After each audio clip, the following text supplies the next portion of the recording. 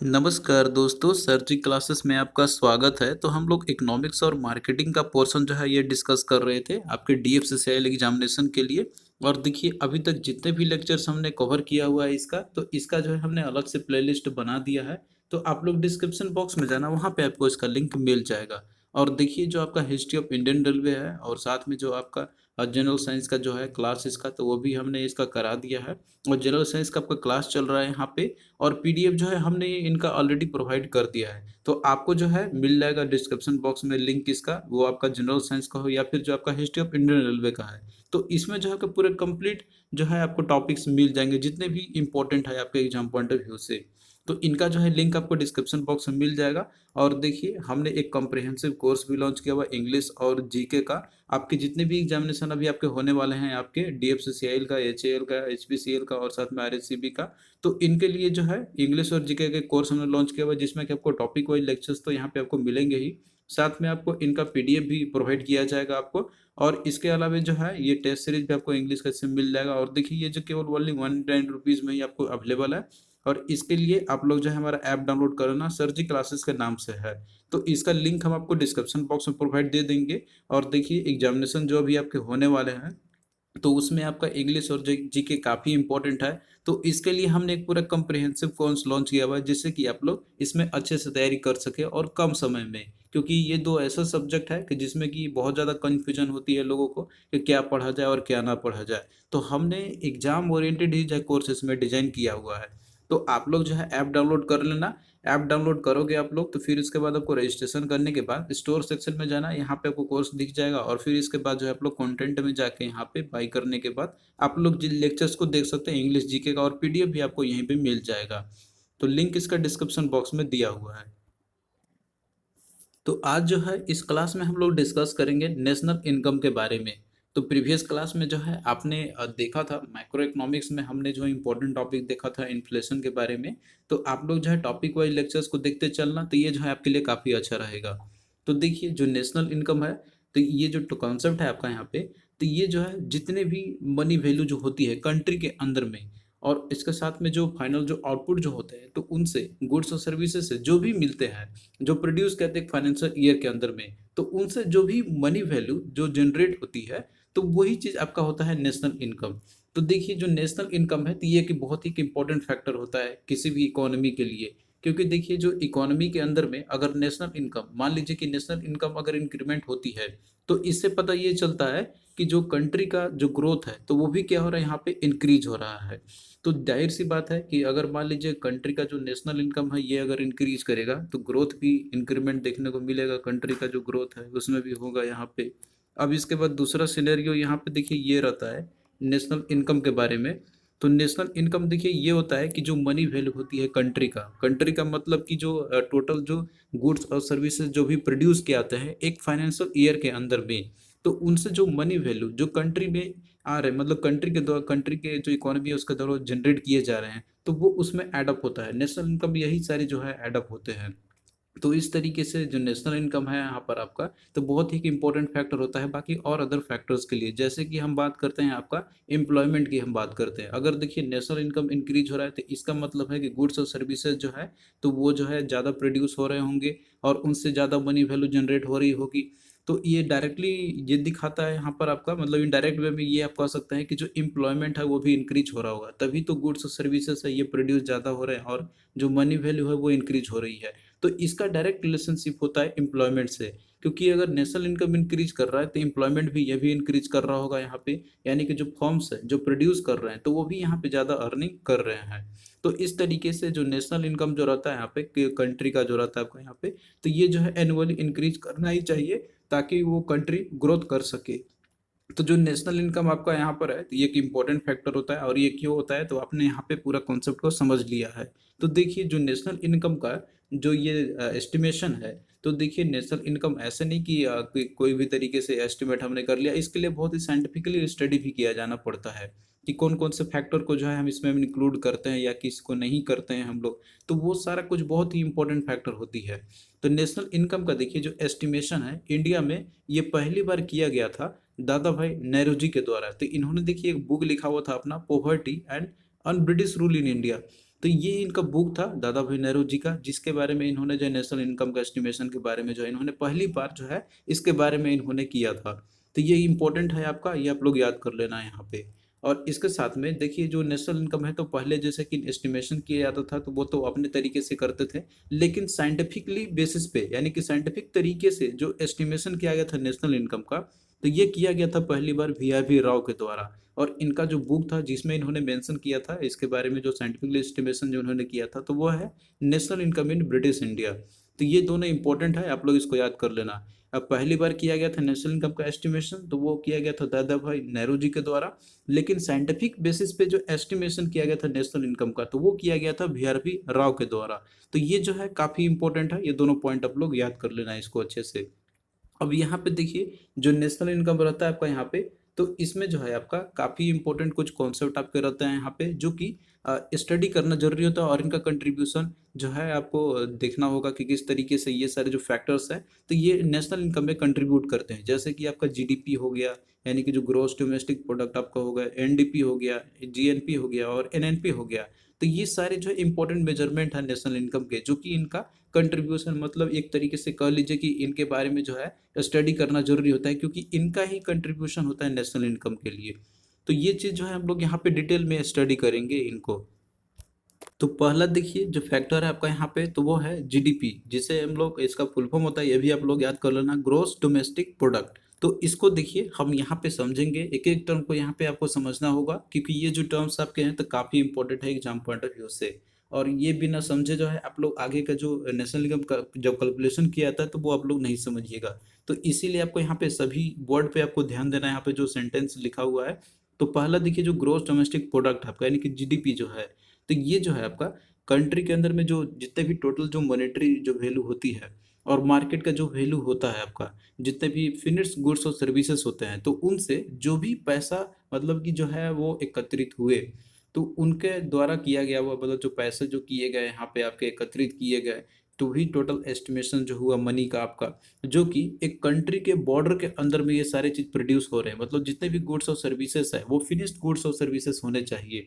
तो उनके द्वारा जो टोटल मॉनेटरी वैल्यू जो हुआ मार्केट का, तो ये जो है आपका होता है जीडीपी। लेकिन यहाँ पे एक इंपॉर्टेंट फैक्टर आपका क्या है कि ये सारे जो एक्टिविटी हो रहे हैं, फिनिश गुड्स और सर्विसेज का बनना, मैन्युफैक्चरिंग होना, इनका सर्विसेज जो प्रोवाइड किया जा रहा है, तो वो कंट्रीज के बॉर्डर के अंदर में होना चाहिए।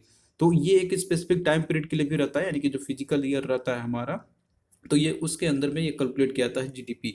तो सिंपल सा इसका डेफिनेशन आपका हो गया है यहाँ पे कि जो जीडीपी आपका है, तो जितने भी फाइनल गुड्स और सर्विसेज जो होते हैं, तो उनके द्वारा जो टोटल जो मॉनेटरी वैल्यू हुआ, और वो जो है कंट्री के अंदर में होना चाहिए, यानी कि कंट्री का बॉर्डर जो है उसके एरिया में वो सारे जो है होने चाहिए एक्टिविटीज, तो वो सारे जीडीपी में आपका काउंट होता है। जैसे कि एग्जांपल की हम बात करते हैं यहाँ पर आपका, कि कोई अगर फर्म्स है जो प्रोड्यूस कर रहा है, यहाँ पे इंडिया की हम बात करते हैं, और ये अपना सॉइल पे वो यहाँ पे फैक्ट्री सेटअप किया हो, भले वो कोई फॉरेनर से क्यों ना हो, लेकिन वो तो बाउंड्री के अंदर में ही है, यानी कि अपने कंट्री के बॉर्डर के अंदर में ही है।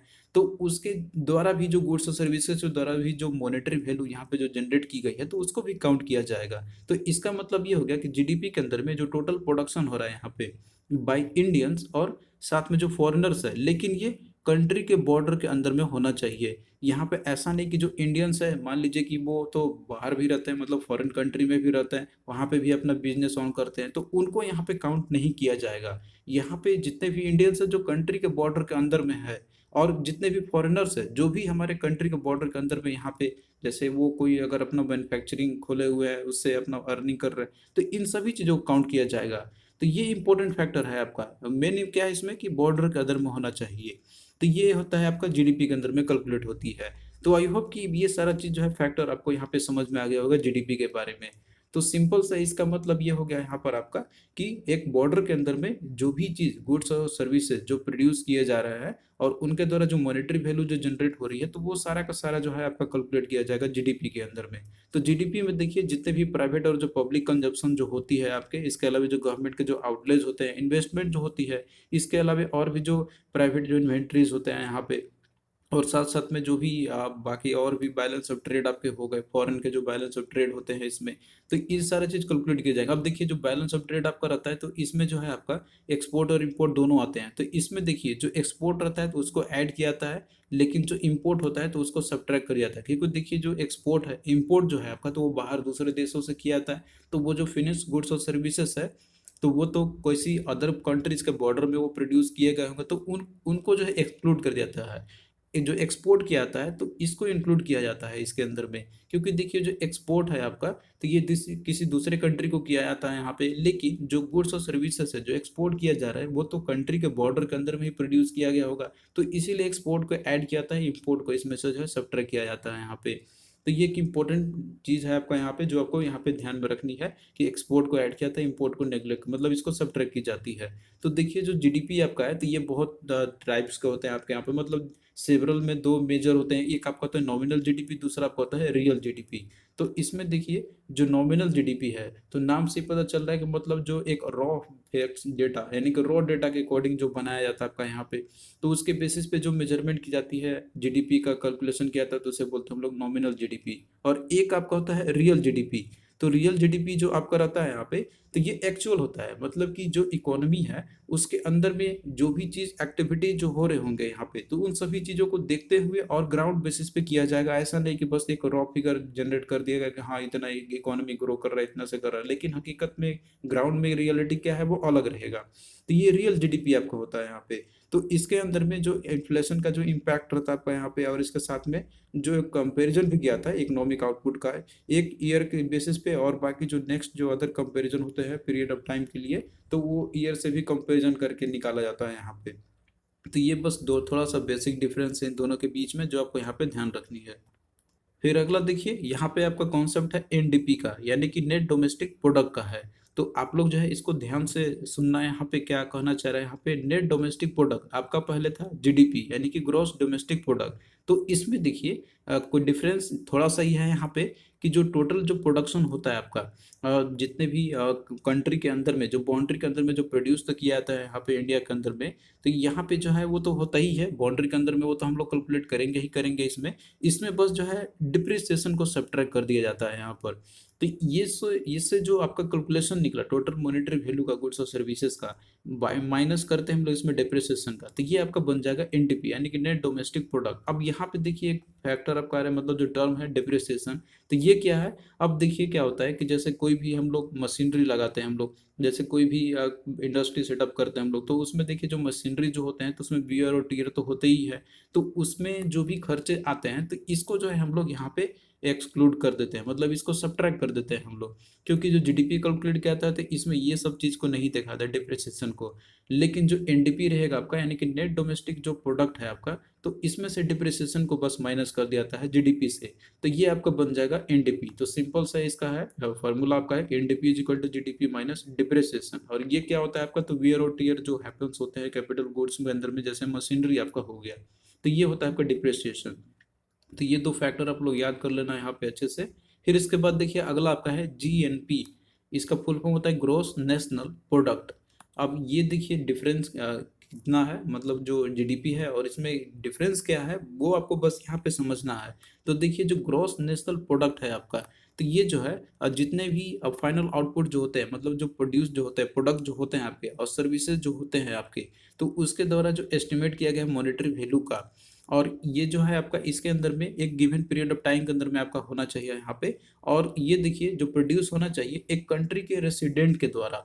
अब यहाँ पे बाउंड्री का जो कॉन्सेप्ट है, मतलब जो कंट्री का जो बाउंड्री है, ये उसका कॉन्सेप्ट नहीं आता है। तो इसका मतलब है कि जो कंट्री के जितने भी रेसिडेंट्स है, वो चाहे कंट्री में मतलब कंट्री से बाहर ही वो क्यों ना रह रहे हो, लेकिन वो तो है तो इंडियंस ही। तो उनके द्वारा जो भी वैल्यू हो रहे हैं, जो भी मॉनेटरी वैल्यू जनरेट किए जा रहे हैं गुड्स और सर्विसेज के द्वारा, तो उन सभी को बस इसमें काउंट किया जाता है। तो सिंपल सा है कि इसमें फॉरेनर्स को इंक्लूड नहीं किया जाता है। मतलब फॉरेनर जो है वो अगर अपना ट्रेड कर रहे हैं इंडिया में आके, इंडिया के जैसे यहाँ पे इंडियन सॉइल में वो कर रहे हैं, अपना मैन्युफैक्चरिंग सेटअप किया हुआ है, तो इनको काउंट नहीं किया जाता है यहाँ पे।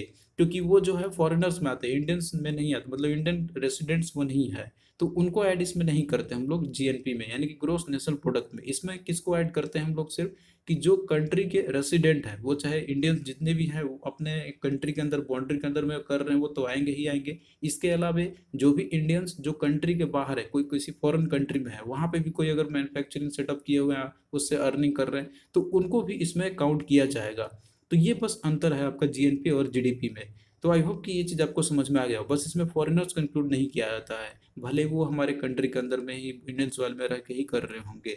तो सिंपल सा इसका देखिए आपका हो जाएगा यहाँ पर, that is GNP gross national product is equal to, formula इसका है यहाँ पे जीडीपी प्लस, इसमें देखिए एक्स है, एक्स मतलब यहाँ पे ये आप कुछ भी ले सकते हैं, इसका मतलब होता है कि Indian citizen earning in the foreign, और माइनस एम, एम का मतलब यहाँ पे हो गया आपका दैट इज नॉन सिटीजन। आप देखिए यहाँ पे कुछ भी ले सकते हैं, ए बी सी डी कुछ भी, बस ये नोट इसमें आपको जो है इसके नोटेशन में आपको कोई नहीं जाना है, यहाँ पे आप कुछ भी नोटिफिकेशन ले सकते हैं यहाँ पर आप। इसमें मेनली क्या आपको फोकस करना है, जीएनपी इजिकल टू जीडीपी, तो ऐड होगा आपका यहाँ पे जीडीपी में से क्या माइनस कर देंगे हम लोग इसमें, कि जो फॉरेनर्स है उनको हम यहाँ पे देखिए क्या कर देंगे, उनको हम लोग हटा देंगे यहाँ पे, मतलब जो नॉन सिटीजन्स है, और जो इंडियन सिटीजन्स है जो फॉरेन कंट्री में अर्निंग कर रहे हैं, तो उसको बस इसमें ऐड कर देंगे जीडीपी में ही, तो आपका निकल जाएगा जीएनपी। तो इसी से फार्मूले से ही आपका सब कुछ निकल जाता है, तो फार्मूला आपके लिए इंपॉर्टेंट है ये वाला। फिर इसके बाद देखिए अगला आपका है एनएनपी, यानी कि नेट नेशनल प्रोडक्ट। अब देखिए जो जीडीपी आपने यहाँ पे देखा था, तो उसके बाद आपने देखा था NDP, net national, net domestic product, तो उसी तरीके से यहाँ पे भी आपका वही है कि नेट नेशनल प्रोडक्ट, यानी कि जो आपने अभी यहाँ पे देखा जीएनपी, दैट इज आपका था ग्रोस नेशनल प्रोडक्ट। तो ये दोनों में डिफरेंस क्या है आपका नेट नेशनल प्रोडक्ट में? तो यही सेम चीज़ है कि जो आपका यहाँ पे आपने कैलकुलेट किया था ग्रोस नेशनल प्रोडक्ट को, तो उसमें से हम डिप्रिसिएशन को माइनस कर देंगे, क्योंकि देखिए जो वेयर और टीयर जो मशीनरी में होती है, तो ये चीज़ भी हमको माइनस करना होगा। तो ये अगर माइनस कर देते हैं तो ये आपका बन जाता है एनएनपी, यानी कि नेट नेशनल प्रोडक्ट। तो ये किस में से माइनस करेंगे? तो हम लोग जीएनपी से, यानी कि ग्रोस नेशनल प्रोडक्ट से। तो ये देखिए आप लोग इसको ध्यान से सुनना और ध्यान से इसको स्टडी करते चलना, कोई कंफ्यूजन आपको नहीं होगी अगर आप लोग इसको अच्छे से करते होगे तो। तो यहाँ पे आपने जो चार जो कॉन्सेप्ट थे आपके यहाँ पे, जीडीपी, एनडीपी, एनएनपी और बाकी जो आपका था वहाँ पे जो चार फैक्टर आपके थे, अगर आपने उसको अच्छे से समझ लिया है, तो इसके बाद जो है यहाँ पे दो चीज़ और समझते हैं हम लोग। एक आपका होता है फैक्टर कॉस्ट, दूसरा आपका होता है मार्केट कॉस्ट। तो ये चीज़ अगर आप लोग समझ जाते हैं यहाँ पे, तो फिर नेशनल इनकम का जो फॉर्मूला निकाला जाता है, मतलब जो डेफिनेशन जो है इसका, तो वो आपका क्लियर हो जाएगा यहाँ पे। तो पहला देखिए यहाँ पर आपका फैक्टर कॉस्ट, दूसरा आपका यहाँ पे है मार्केट कॉस्ट। तो देखिए फैक्टर कॉस्ट क्या होता है आपका यहाँ पे, कि जो कॉस्ट, टोटल जो कॉस्ट जो इन्वॉल्व होते हैं आपके, जैसे कोई भी प्रोडक्ट है उसके प्रोडक्शन करने में, यहाँ पे जो टोटल कॉस्ट जो इन्वॉल्व हुए हैं, तो इसमें आपका जैसे कॉस्ट जो होगा प्रोड्यूसिंग करने में, वो कहाँ कहाँ पे लगेगा आपका, जैसे कि आपका हो गया लैंड पे, क्योंकि कोई मैन्युफैक्चरिंग इंडस्ट्री उसको सेटअप करने की लैंड तो उसके चाहिए ही। इसके अलावा जो लेबर्स भी होंगे उनको भी पे करना होगा, और इसके साथ में कैपिटल का भी रिक्वायरमेंट होती होगी। तो इसमें जो कॉस्ट जो इन्वॉल्व आपका हो रहा है, तो वो तो ऐड होगा ही आपका फैक्टर कॉस्ट के अंदर में, और इसके साथ में जो इनडायरेक्ट टैक्स जो होते हैं, तो इसको एक्सक्लूड कर दिया जाता है और सब्सिडी को इसमें इंक्लूड कर दिया जाता है यहाँ पे। तो ये सारा चीज जो कॉस्ट आता है इनके द्वारा जो आता है आपका यहाँ पे, तो उसको बोलते हैं हम लोग फैक्टर कॉस्ट। तो सिंपल सा मतलब फैक्टर कॉस्ट का फॉर्मूला होता है आपका यहाँ पे, that is total cost upon में टोटल क्वांटिटी, यानी कि जो टोटल क्वांटिटी को प्रोड्यूस करने में जो टोटल कॉस्ट आपका आया उसी को बोलते हैं हम लोग फैक्टर कॉस्ट। तो इसमें आपका क्या क्या आ जाएगा, कि जैसे कि इसमें आपका आ रहा है यहाँ पे गुड्स को प्रोड्यूस करने में आपका जो कॉस्ट आ रहा है यहाँ पे, लैंड, लेबर और जो आपका कैपिटल है उसमें, और इसमें जो है आपका इनडायरेक्ट टैक्स को जो है इसमें से हटा दिया जाता है, मतलब कि इसमें हम लोग एक्सक्लूड नहीं करेंगे और सब्सिडी को इंक्लूड कर देते हैं, क्योंकि देखिए सब्सिडी जो है तो ये भी गवर्नमेंट के द्वारा दी जाती है जो मैन्युफैक्चरिंग फर्म्स है, ताकि वो प्रमोट हो सके और उनको जो है थोड़ा सा प्रॉफिट मिले यहाँ पे, क्योंकि गवर्नमेंट सब्सिडी देती है इन लोगों को, ताकि जो है वो अपना मुनाफा कमा सके और या तो फिर एक लॉन्ग टर्म के बेसिस पे यहाँ पे एग्जिस्ट कर सके। तो सब्सिडी इंपॉर्टेंट होता है प्रोवाइड करना, और इसके साथ में इनडायरेक्ट टैक्स को भी जो है इसमें एक्सक्लूड किया जाता है। तो ये इंपॉर्टेंट है, आप लोग ध्यान रखना। और दूसरा आपका वहीं पे है मार्केट प्राइस है। तो देखिए जो मार्केट प्राइस आपका यहाँ पे है, तो ये क्या है आपका यहाँ पे, कि जिस प्राइस पे हम लोग जो खरीदते हैं, यानी कि जो एक बायर है जो कोई भी प्रोडक्ट को वो बाई करता है, तो उसको बोलते हैं हम लोग मार्केट प्राइस बोलते हैं हम लोग।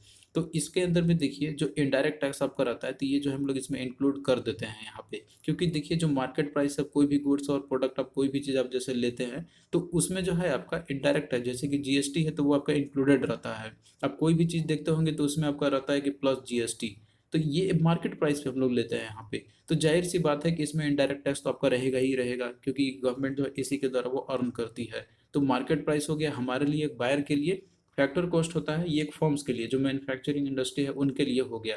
तो उनका कितना कॉस्ट आ रहा है, तो वो चीज़ बस इसमें रहता है, ऐड होता है यहाँ पर आपका। तो जाहिर सी बात है कि गवर्नमेंट यहाँ पे जो है इनडायरेक्ट टैक्स वो नहीं लेती है इनसे, वो टैक्स इनडायरेक्ट टैक्स जो है वो हम लोग से लेती है, बायर से।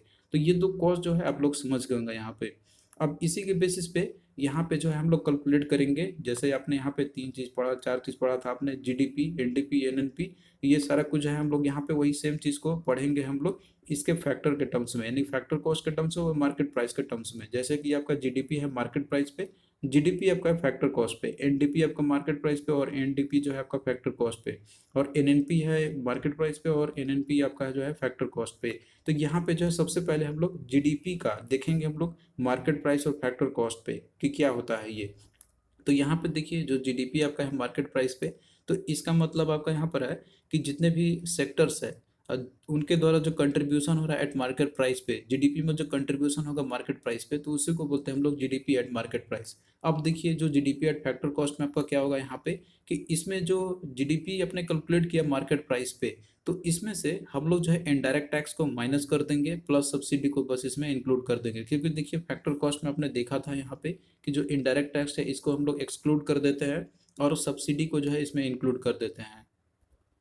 फिर यहाँ पे देखिए सेकेंड सिनेरियो आपका है एनडीपी एट मार्केट प्राइस और एनडीपी एट फैक्टर कॉस्ट। ये सेम चीज़ आपका यहाँ पे हमने रखा हुआ है ताकि जो आप लोग यहाँ से इजीली देख सकते हैं, समझ सकते हैं इसको कि एक्चुअली में ये मार्केट प्राइस और फैक्टर कॉस्ट होता क्या है।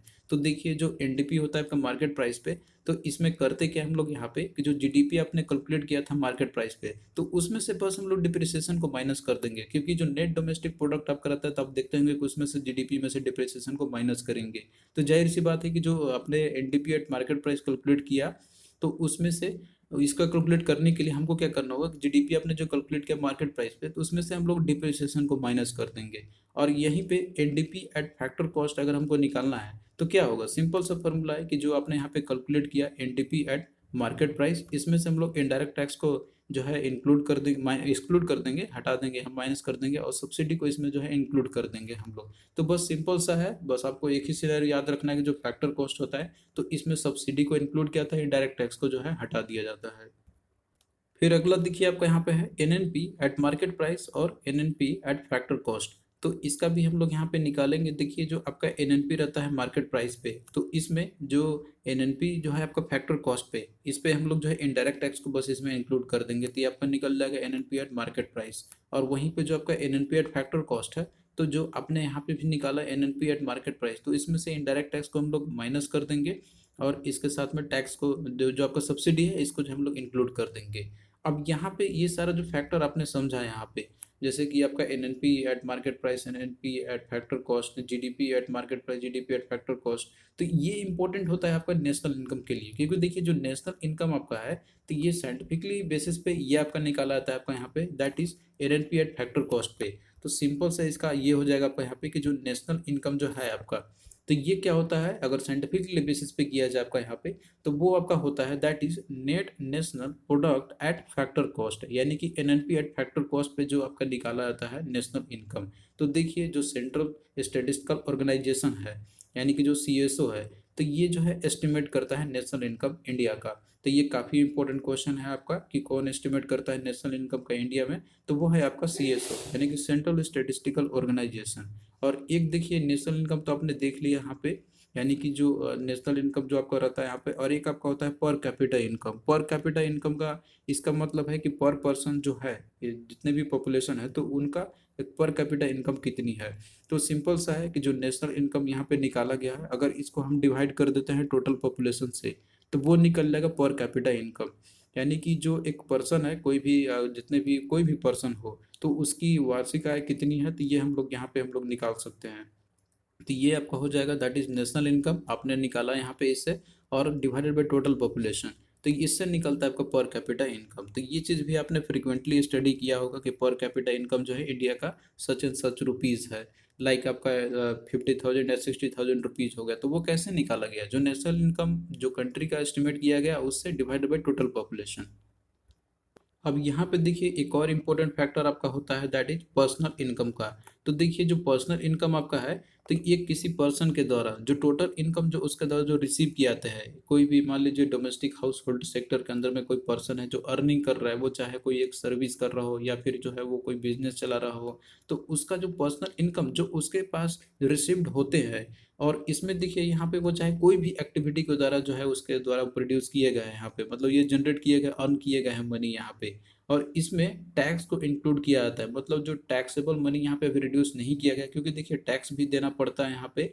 तो टैक्स इंक्लूड करते हुए जो इनकम किसी पर्सन के पास रिसिव्ड होती है, और वो जो है आपका एक पीरियड ऑफ टाइम के लिए हम लोग इसमें लिया जाता है, यूजुअली 1 साल का लिया जाता है यहाँ पे, तो इसको बोलते हैं हम लोग पर्सनल इनकम। तो जाहिर सी बात है कि जो टैक्स है ये सारा का सारा चीज इसमें इंक्लूड रहेगा। लेकिन अगर मान लीजिए कि इसी में से जो पर्सनल इनकम है किसी भी पर्सन का, अगर उसमें से यदि हम टैक्स को हटा देते हैं, जैसे कि इनकम टैक्स जो रहता है वो पे किया जाता है, मतलब पे करना पड़ता है गवर्नमेंट को, तो इसको अगर हम लोग हटा देते हैं, निकाल देते हैं यहाँ से, या कोई भी आपका जैसे रहता है आपका, तो वो होता है डिस्पोजेबल इनकम। तो डिस्पोजेबल इनकम क्या हो जाएगा आपका यहाँ पे, कि that is it is the total income that can be used by the household sector for either consumption और saving during a given period time, usually 1 साल का हम लोग लेते हैं यहाँ पे। तो यही सेम चीज कहने का मतलब है कि जो पर्सन अपना कंजप्शन और सेविंग के लिए करता है अपना एक पीरियड ऑफ टाइम के लिए, जैसे कि 1 साल का एक फाइनेंशियल ईयर लिया आता है यहाँ पे, तो उसको बोलते हैं हम लोग डिस्पोजेबल इनकम। तो जाहिर सी बात है कि जो टैक्सेबल मनी रहेगा तो उसको रिड्यूस करके ही वो कंज्यूम करेगा और सेविंग में रखेगा अपना, और बाकी जो टैक्सेबल इनकम जो मतलब रहेगा तो वो तो गवर्नमेंट के पास चला ही जाएगा। तो सिंपल सा डेफिनेशन हो गया कि जो डिस्पोजेबल इनकम है आपका, तो ये जो है आफ्टर टैक्स इनकम, यानी कि टैक्स देने के बाद जो इनकम बचती है, तो वो जो है आपका होता है डिस्पोजेबल इनकम। और ये जो है आपका डिफरेंस के बेसिस पे कैलकुलेट किया जाता है, यानी कि जो पर्सनल इनकम आपका है और जो पर्सनल टैक्स है और जो नॉन टैक्स पेमेंट होते हैं, तो इन सभी चीज़ों को जो है सब्ट्रैक्ट करके निकाला जाता है। तो डेफिनेशन से भी और फार्मूला से भी आप लोग इसको याद कर सकते हैं कि जो डिस्पोजेबल इनकम है, तो वो होगा आपका दैट इज पर्सनल इनकम, और साथ में जो पर्सनल टैक्स है माइनस वो किया जाता है, और साथ में जो नॉन टैक्स पेमेंट है उसको भी इसमें से माइनस की जाती है, तो ये होता है उसका डिस्पोजेबल इनकम। अब आइए हम लोग यहाँ पे जो है कुछ क्वेश्चंस देख लेते हैं जो कि आपके प्रीवियस ईयर में पूछे गए थे, ये सारे क्वेश्चन आपके। तो क्वेश्चन देखिए आपका पूछा गया था कि who among the following estimate the national income in India.